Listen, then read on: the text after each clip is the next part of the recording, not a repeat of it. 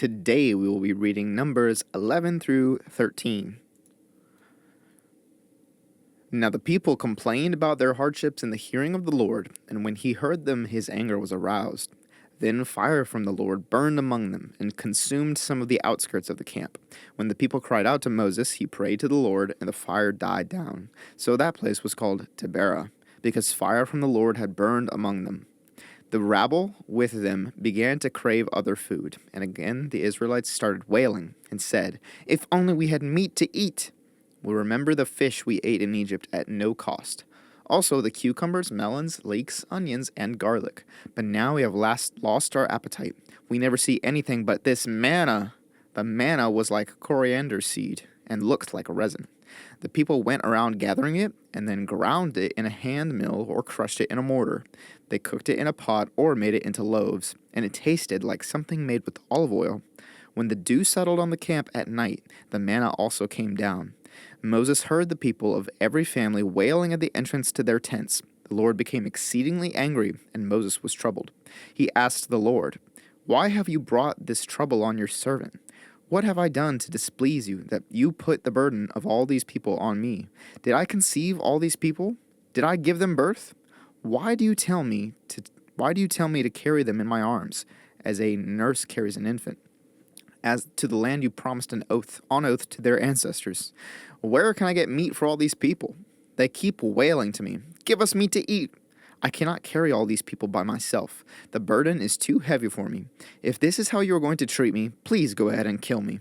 If I have found favor in your eyes, and do not let me face my own ruin." The Lord said to Moses, "Bring me 70 of Israel's leaders who are known to you as leaders and officials among the people. Have them come to the tent of meeting, so that they may stand there with you. I will come down and speak with you there, and I will take some of the power of the Spirit that is on you and put it on them. They will share the burden of the people with you, so that you will not have to carry it alone. Tell the people, consecrate yourselves in preparation for tomorrow, when you will eat meat. The Lord heard you when you wailed, 'If only we had meat to eat. We were better off in Egypt.' Now the Lord will give you meat, and you will eat it. You will not eat it for just 1 day or 2 days or 5, 10, or 20 days, but for a whole month, until it comes out of your nostrils, and you loathe it, because you have rejected the Lord. Who is among you, and have wailed before him, saying, 'Why did we ever leave Egypt?' But Moses said, 'Here I am among 600,000 men on foot, and you say, I will give them meat to eat for a whole month.' Would they have enough if flocks and herds were slaughtered for them? Would they have enough if all the fish in the sea were caught for them?" The Lord answered Moses, "Is the Lord's arm too short? Now you will see whether or not what I say will come true for you." So Moses went out and told the people what the Lord had said. He brought together 70 of their elders and had them stand around the tent. Then the Lord came down in the cloud and spoke with him. And he took some of the power of the Spirit that was on him and put it on the 70 elders. When the Spirit rested on them, they prophesied, but did not do so again. However, 2 men, whose names were Eldad and Medad, had remained in the camp. They were listed among the elders, but did not go out to the tent. Yet the Spirit also rested on them, and they prophesied in the camp. A young man ran and told Moses, Eldad and Medad are prophesying in the camp. Joshua, son of Nun, who had been Moses' aide since youth, spoke up and said, "Moses, my lord, stop them." But Moses replied, "Are you jealous for my sake? I wish that all the Lord's people were prophets, and that the Lord would put his Spirit on them." Then Moses and the elders of Israel returned to the camp. Now a wind went out from the Lord and drove quail in from the sea. It scattered them up 2 cubits deep all around the camp, as far as a day's walk in any direction. All that day and night, and all the next day, the people went out and gathered quail. No one gathered less than 10 homers. Then they spread them out all around the camp. But while the meat was still between their teeth, and before it could be consumed, the anger of the Lord burned against the people, and he struck them with a severe plague. Therefore the place was named Kibroth Hatava, because there they buried the people who had craved other food. From Kibroth Hatava, the people traveled to Hazeroth and stayed there. Miriam and Aaron began to talk against Moses because of his Cushite wife, for he had married a Cushite. "Has the Lord spoken only through Moses?" they asked. Hasn't he also spoken through us? And the Lord heard this. Now Moses was a very humble man, more humble than anyone else on the face of the earth.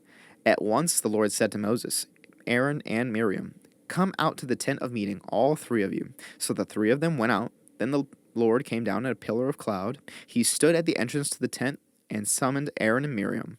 When the two of them stepped forward, he said, listen to my words. When there is a prophet among you, I, the Lord, reveal myself to them in visions. I speak to them in dreams, but this is not true of my servant Moses. He is faithful in all my house. With him I speak face to face, clearly and not in riddles. He sees the form of the Lord. Why then were you not afraid to speak against my servant Moses? The anger of the Lord burned against them, and he left them. When the cloud lifted from above the tent, Miriam's skin was leprous. It became as white as snow. Aaron turned toward her and saw that she had a defiling skin disease. And he said to Moses, please, my lord, I ask you not to hold against us the sin we have so foolishly committed. Do not let her be like a stillborn infant coming from its mother's womb with its flesh half eaten away. So Moses cried out to the Lord, please, God, heal her. The Lord replied to Moses, if her father had spit in her face, would she not have been in disgrace for 7 days? Confine her outside the camp for 7 days. After that, she can be brought back. So Miriam was confined outside the camp for 7 days, and the people did not move on till she was brought back. After that, the people left Hazeroth and encamped in the desert of Paran. The Lord said to Moses, send some men to explore the land of Canaan, which I am giving to the Israelites. From each ancestral tribe, send one of its leaders. So at the Lord's command, Moses sent them out from the desert of Paran. All of them were leaders of the Israelites. These are their names. From the tribe of Reuben, Shemua, son of Zachar. From the tribe of Simeon, Shaphat, son of Hori. From the tribe of Judah, Caleb, son of Jephunneh. From the tribe of Issachar, Igal, son of Joseph. From the tribe of Ephraim, Hoshea, son of Nun. From the tribe of Benjamin, Palti, son of Raphu. From the tribe of Zebulun, Gadiel, son of Sodi. From the tribe of Manasseh, a tribe of Joseph, Gadi, son of Susi. From the tribe of Dan, Amiel, son of Gemali. From the tribe of Asher, Sether, son of Michael. From the tribe of Naphtali, Nabi, son of Voshi. Vophsi. From the tribe of Gad, Guel, son of Maki. These are the names of the men Moses sent to explore the land. Moses gave Hoshea, son of Nun, the name Joshua. When Moses sent them to explore Canaan, he said, go up through the Negev and on into the hill country. See what the land is like, and whether the people who live there are strong or weak, few or many. What kind of land do they live in? Is it good or bad? What kind of towns do they live in? Are they unwalled or fortified?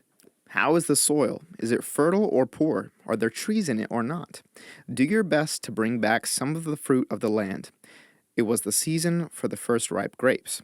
So they went up and explored the land from the desert of Zin as far as Rehob, toward Lebo Hamath.